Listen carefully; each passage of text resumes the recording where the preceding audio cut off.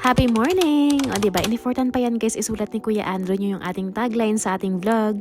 And also, Happy Resurrection Sunday sa ating mga Christian friends sa Pilipinas dahil Saturday pa lang dito. And inaalala natin yung lahat ng mga sacrifices ni Lord, yung goodness niya sa atin. Kaya naman, we owe everything to you, Jesus. Thank you sa lahat-lahat. And for today's vlog nga guys, ay maaga kami gumising para naman salubungin yung sunrise kasi alam niyo yun, kapag nasa talagang malamig kayo na lugar, isa sa hindi namin tinitake advantage talaga guys yung sunrise.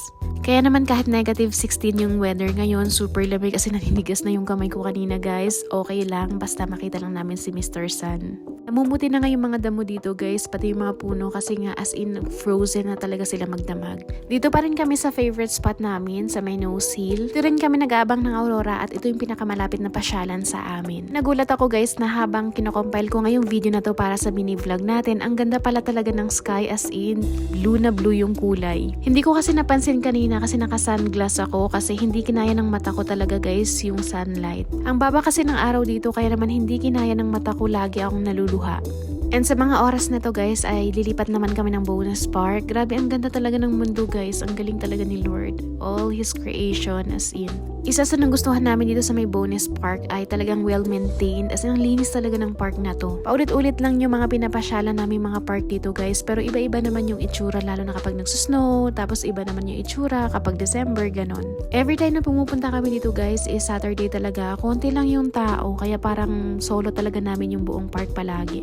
And iniisip ko rin kung saan nagtatago yung mga ibon tsaka yung mga squirrel dito guys kasi ang dami-dami nila. And sa mga oras na to si Kuya nyo Andrew andun lang sa may gilid kasi every time kasi na may mga nakasalubong kaming ibang lahi, so nagigreet sila ng good morning, ganon. So nagigiveaway kami kaya naman nandito lang kami sa may gilid malapit.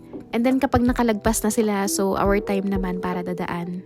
Alam nyo ba guys na kahit paulit-ulit kaming bumabalik dito, as in na-appreciate pa rin talaga namin yung itsura ng mga puno. Ngayon kasi para kami nasa movie kasi as in naka-frozen lahat ng branches ng mga puno. Tapos yung nagpapaganda pa talaga guys yung sikat ng araw, 'di ba? Tapos parang nagsusnow pa kahit ang clear ng sky, sadyang bumabagsak lang talaga yung mga yellow na nandun sa mga puno. Minsan kahit gusto pa namin maglakad-lakad, alam niyo yun, para makapag-workout konti sa labas. Kaso kahit ilang layer na yung damit namin, as in lamig na lamig pa rin talaga kami. And tignan nyo guys, take a moment para i-appreciate yung trees na to, as in para siyang plastic na Christmas tree. And nakakatuwa din yung dulo ng ilog, ang daming mga swan, naliligo talaga sila. Pakinggan nyo guys. Mag-aalas 10 na ng umaga kaya naman dadaan muna kami ng TNT Supermarket para makauwi na rin.